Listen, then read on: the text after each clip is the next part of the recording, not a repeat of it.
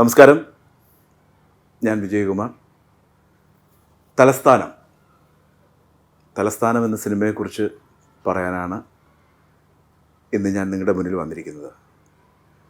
32 വർഷം, എൻ്റെ ഊഹം ശരിയാണെങ്കിൽ 32 വർഷങ്ങൾക്ക് ശേഷം എൻ്റെ ആദ്യ സിനിമയാണ്. അതായത് ഇൻഡസ്ട്രിയിൽ ഞാൻ പിച്ച് ചെയ്യുന്ന ആദ്യത്തെ സിനിമ.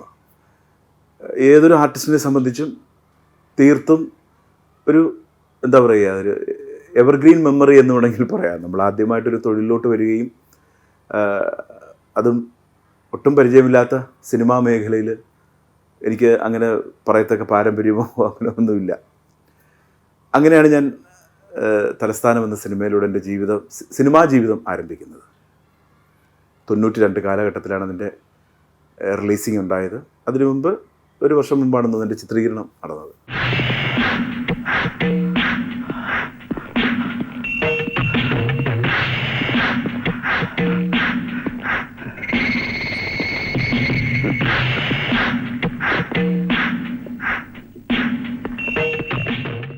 ഒരുപാട് ഇൻ്റർവ്യൂസിൽ ഞാൻ പറഞ്ഞിട്ടുണ്ട്, ഇപ്പോഴത്തെ super hit director Shaji Kailas സാറിൻ്റെ സംവിധാനത്തിലായിരുന്നു ആ ചിത്രം പുറത്തു വന്നത്.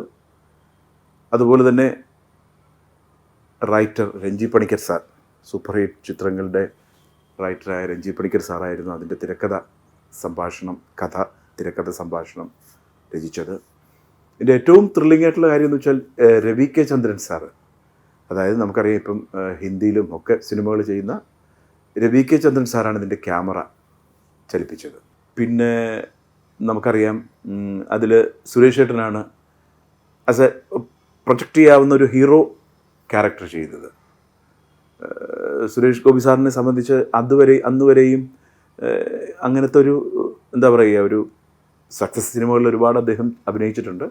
പക്ഷേ ഇൻഡിവിജ്വൽ സക്സസ് എന്ന് പറയുന്ന ഒരു കാറ്റഗറിയിലോട്ട് അന്ന് സുരേഷ് ഏട്ടൻ എൻട്രി ചെയ്തിട്ടില്ല എന്നാണ് എനിക്ക് തോന്നുന്നത്, എനിക്കറിയില്ല. അത് സുരേഷ് ഏട്ടനും നല്ലൊരു ഓപ്പണിംഗ് ആയ ഒരു സിനിമ. അതിൽ ആതിര തിയേറ്ററിലാണ് തോന്നുന്നത് ഈ തലസ്ഥാനം കളിക്കുന്നത്.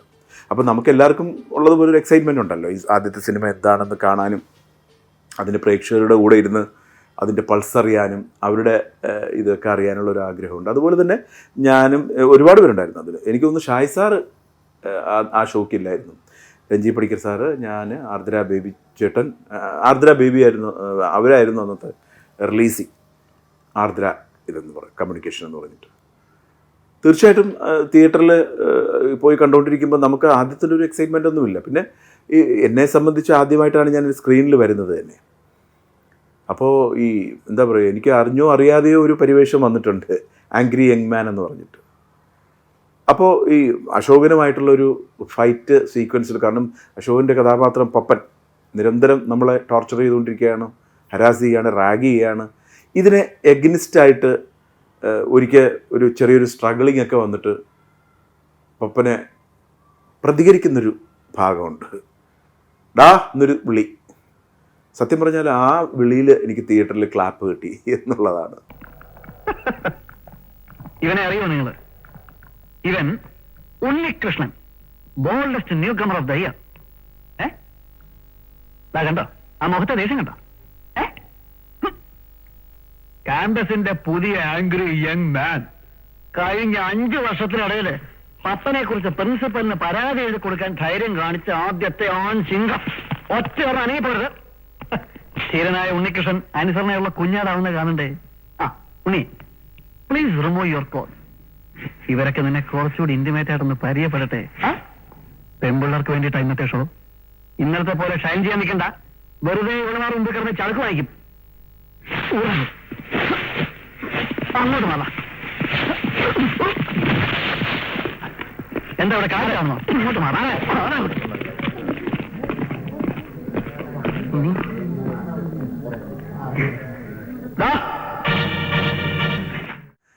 ന്യൂ ഫേസിനെ ഫ്രണ്ടിലിട്ടിട്ട് കയ്യടി വാങ്ങിച്ചു കൊടുക്കുക എന്നുള്ളത് നിസ്സാര കാര്യമൊന്നുമല്ല. അപ്പോൾ തന്നെ എനിക്ക് സത്യം പറഞ്ഞാൽ വളരെ ത്രില്ലായി. പിന്നെ അതിനുശേഷം ഈ പപ്പനുമായിട്ടൊരു ഫൈറ്റ് വരുന്നുണ്ട്. ആ ഫൈറ്റിൽ പപ്പനെ കത്തി ഊരി വലിച്ചൂരിയിട്ട് കുത്തിയിട്ട് ഇങ്ങനെ നടന്നു പോകുന്നൊരു സീനുണ്ട് കോളേജ് ക്യാമ്പസിൻ്റെ കോറിഡോറിൽ.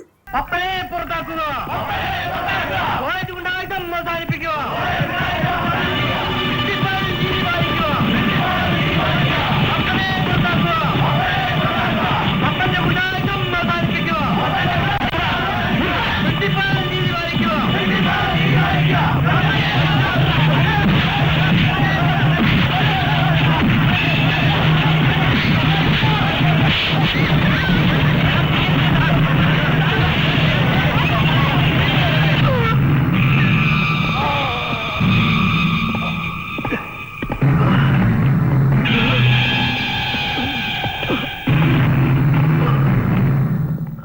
ഞാൻ ത്രില്ലടിച്ചു പോയെന്ന് വെച്ചാൽ ഇപ്പം ഞാൻ വന്നിട്ട് 32 വർഷം 33 വർഷമായിട്ടുണ്ട്. ഈ വർഷങ്ങളിലിടയിൽ ഞാൻ ഈ അടുത്ത കാലത്ത് ഇപ്പം ഈ നടന്നുകൊണ്ടിരിക്കുന്ന ഒരു സിനിമ ധ്യാൻ ശ്രീനിവാസനുമായിട്ട് തലമുറകൾ ഒരുപാട് മാറി വടകരയിൽ ഷൂട്ട് നടന്നുകൊണ്ടിരുന്നപ്പം ഒരു ബോംബെയിൽ ഉള്ള ഒരു ക്രൂ ഹോട്ടലിൽ ഞങ്ങളുടെ ഹോട്ടലിൽ താമസിക്കുകയായിരുന്നു. അപ്പോൾ അദ്ദേഹം പറഞ്ഞു, ഞാൻ നിങ്ങളുടെ ഡെഡ് ഫാനാണ്, ഒൺലി ബിക്കോസ് ഓഫ് ആ തലസ്ഥാനം എന്ന സിനിമ എനിക്കിപ്പോഴും. അപ്പോൾ ഞാൻ ചോദിച്ചു, നിങ്ങൾക്ക് എത്ര വയസ്സുണ്ടെന്ന് ചോദിച്ചു. അപ്പം ഞങ്ങൾ ഞങ്ങളെപ്പോലുള്ളവർക്കുടെ അല്ലെങ്കിൽ എനിക്ക് കിട്ടിയ ഒരു ഇതെന്ന് വെച്ചാൽ ഈ 2 തലമുറകളും ആസ്വദിക്കാനുള്ള സിനിമകളിൽ ഭാഗമാകാൻ കഴിയുന്നു എന്നുള്ളതാണ്. ഏറ്റവും സ്ട്രെയിൻ എടുത്ത് ചെയ്ത ഒരു സ്ട്രെയിൻ എന്ന് പറഞ്ഞാൽ ഈ ആദ്യമായിട്ടാണല്ലോ ഞാൻ ക്യാമറയെ അഭിമുഖീകരിക്കുന്നത്. പിന്നെ ഫൈറ്റ് സീനിലാണെങ്കിലും നമുക്ക് ഒട്ടും മുൻപരിചയമില്ലാത്ത ഇതാണ്. അങ്ങനെ എനിക്കിപ്പോഴും ഓർമ്മയുണ്ട് പപ്പനുമായിട്ടുള്ളൊരു സ്ട്രഗിളിങ്ങിൽ സുചിത്രയൊക്കെ ഇങ്ങനെ കളിയാക്കുന്നൊരു സംഭവമുണ്ട്. നമ്മൾ വിചാരിച്ചു ഇപ്പം അവനെ പിടിച്ച് തല്ലുമെന്നൊക്കെ. ശരിക്കും പറഞ്ഞാൽ അവിടെ ഒരു ആ സ്ട്രഗ്ലിങ് ഫൈറ്റ് എടുക്കുമ്പോൾ എനിക്ക് തോന്നുന്നു കോഴിക്കോട് ദേവഗിരി കോളേജിലാണ്. ആ ഫൈറ്റ് എടുക്കുമ്പോൾ അശോകേട്ടൻ്റെ അറിയാതെ, എനിക്കറിയില്ല, അശോകേട്ടൻ അറിയാതെ ഇങ്ങനെ പിടിച്ച് തറയിലിടിക്കുമ്പോൾ എൻ്റെ നെഞ്ച് വന്ന് അവിടെ ഒരു കല്ല് കിടപ്പുണ്ടായിരുന്നു ഈ പുല്ലിനിടയിൽ. അങ്ങനെ തട്ടിയിട്ട് കുറേ സമയം എനിക്ക് ബ്രീത്ത് നഷ്ടപ്പെട്ടു, ശ്വാസം. പിന്നെ മനസ്സിലായി അതിനേക്കാളും ഹെവി ആയിട്ടുള്ള സീക്വൻസ് ഒക്കെ ചെയ്യുമ്പോൾ ഇതൊക്കെ ഒരു നിത്യസംഭവമാണ് സിനിമയിൽ എന്നുള്ളൊരു എന്താ പറയുക, ഒരു പാഠം എനിക്ക് പഠിക്കാൻ പറ്റി.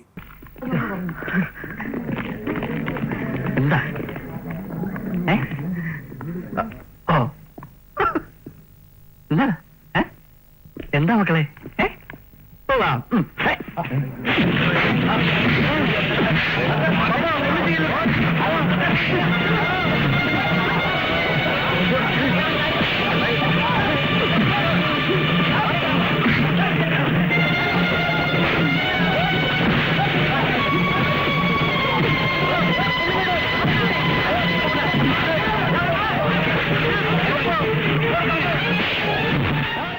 നരേന്ദ്രപ്രസാദ് സാറിനെ കുറിച്ച് പറയുകയാണെങ്കിൽ അന്ന് വരെ ഒരു പ്രൊഫസറാണ് അദ്ദേഹം.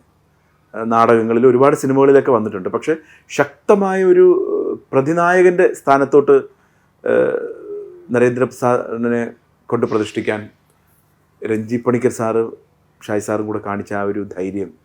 കാരണം അങ്ങനത്തെ ഒരു സിനിമയിലെ അവർക്ക് അങ്ങനെ ഒരു പരീക്ഷണം നടത്താൻ കഴിയുള്ളൂ.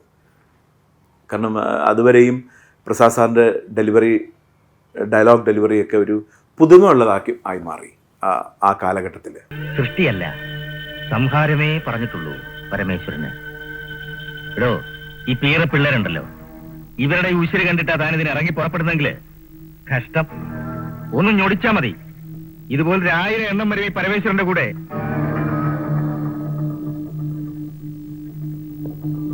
അറിയാം, എന്തിനും മടിക്കാത്ത പരമേശ്വരന്റെ ഭൂതഗണത്തെക്കുറിച്ചും അറിയാം. ഇന്നലെ ഉണ്ടായല്ലോ തേർവാഴ്ച. എടോ, ഈ കൂലിക്ക് തല്ലാൻ നിൽക്കുന്നവന്റെ കൂറ് തന്നെ എപ്പോഴും അങ്ങ് പൊതിഞ്ഞു പിടിച്ചോളൂ എന്നൊരു വിചാരം ഉണ്ടെങ്കിൽ അത് തെറ്റാ. Very big blunder. അതൊന്ന് ബോധ്യപ്പെടുത്താനാണ് തന്നെ ഇപ്പൊ ഇവിടെ പറഞ്ഞു നിർത്തിയത്. ഇനി പോവാം. ഇനി കൂടുതൽ എന്തെങ്കിലും ബോധ്യപ്പെടുത്താനുണ്ടെങ്കിൽ അതിങ്ങനെ പെരുവഴി വെച്ച് വേണമെന്നില്ല.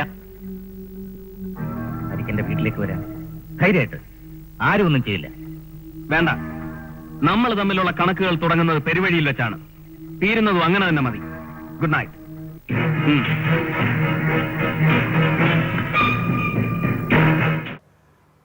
പ്രസാദ് സാറ് എനിക്ക് തോന്നുന്നു ഒരുപാട് നടന്മാരുടെയൊക്കെ മുരളിച്ചേട്ടൻ്റെയൊക്കെ ഗുരുവാണ്. ഞാനിത് പറയാൻ കാരണം എന്ന് വെച്ചാൽ ഈ കഴിഞ്ഞ ജനറൽ ബോഡിയിൽ അമ്മയുടെ ജനറൽ ബോഡി നടക്കുമ്പോൾ നമ്മുടെ കേന്ദ്രമന്ത്രി സുരേഷ് ഏട്ടൻ വരികയും അദ്ദേഹത്തിൻ്റെ ഒരു സ്പീച്ച് ഉണ്ടായിരുന്നു. അദ്ദേഹം എല്ലാവരെയും പേരെടുത്ത് മെൻഷൻ ചെയ്ത് പറഞ്ഞു, എൻ്റെ ജീവിതത്തിൽ ഇതേവരെയുള്ള കലാപരമായിട്ടുള്ള കലാകാരൻ എന്ന നിലയിലുള്ള എൻ്റെ ഒഴുക്കിൽ അതാണ് എന്നെ ഇന്ന് ഈ വേദിയിൽ നിർത്തിയിരിക്കുന്നത്. അതിന് മൂലാധാരമായിട്ടുള്ള ഡയലോഗുകൾ, അതുപോലെ തന്നെ എൻ്റെ ഇടിയും അല്ലെങ്കിൽ എൻ്റെ പ്രതിനായക സ്ഥാനത്ത് നിന്ന് ശക്തമായി തന്നെ പെർഫോം ചെയ്തിട്ടുള്ള NF Varghese sir, Narendraprasad sir, സോമേട്ടൻ, അങ്ങനെ കുറേ പേരെ പേരെടുത്ത് പുള്ളി മെൻഷൻ ചെയ്യുകയുണ്ടായി. ഞാൻ ഈ ഘട്ടത്തിൽ അത് ഓർമ്മിപ്പിക്കാൻ കാരണം എന്ന് വെച്ചാൽ, ഞങ്ങളുടെ സിനിമാ ജീവിതത്തിൽ ഇങ്ങനെ പോകുമ്പോൾ സഹപ്രവർത്തകരുടെ കൂടെ ഒരു സഹകരണം, അല്ലെങ്കിൽ അവർ കൂടെ നമ്മളൊരു ഡയലോഗ് പറയുമ്പോൾ അതിൻ്റെ ഒരു കൗണ്ടർ വരുമ്പോഴാണല്ലോ അവരെ കൂടെ ഓർമ്മിക്കാൻ സുരേഷ് ഏട്ടൻ കാണിച്ച ഒരു ആർജവം, അത് തീർത്തും എന്താ പറയുക, സ്വീകാര്യമാണത്. നമ്മൾ ഒരു സിനിമയുടെ ഭാഗമായി ആ സിനിമ ഒരു വിജയമായതുകൊണ്ടാണല്ലോ നമ്മൾ ഓരോ വർഷവും വന്നിരുന്നിട്ട് ഇതിനെക്കുറിച്ച് വാചാലനാവുന്നതും ഇതിനോടൊപ്പം സഹകരിച്ച എല്ലാവരെക്കുറിച്ചും നല്ല വാക്കുകൾ, നല്ല മൊഴികൾ പറയുന്നതുമൊക്കെ എനിക്ക് തോന്നുന്നു അതൊരു സന്തോഷകരമായ ഒരു കാരണമാണ്. പിന്നെ ഏറ്റവും എടുത്തു പറയത്തക്ക കാര്യം എന്ന് വെച്ചാൽ, ഞങ്ങൾ തന്നെ നിർമ്മാണം നിർവഹിച്ച സിനിമയായിരുന്നു അത്. സത്യം പറഞ്ഞാൽ അങ്ങനത്തെ ഒരു കാലഘട്ടത്തിലൊന്നും സ്വന്തമായി നിർമ്മിച്ച് അഭിനയിക്കുക എന്നൊക്കെ ഉള്ളത് മമ്മൂക്ക, എനിക്ക് ഇപ്പോഴും പറയാതിരിക്കാൻ പറ്റില്ല. കാരണം മമ്മൂക്ക ഇടയ്ക്ക് എന്നെ കാണുമ്പോൾ കളിയാക്കും. ഗേറ്റിൻ്റെ ഫ്രണ്ടിൽ ക്യാമറ വെച്ച് ഇറങ്ങി വന്ന ഒരു കാര്യമല്ല ഞങ്ങളെന്ന് പറഞ്ഞിട്ട്, അത് നമ്മളെ ആക്കുന്നതാണ്.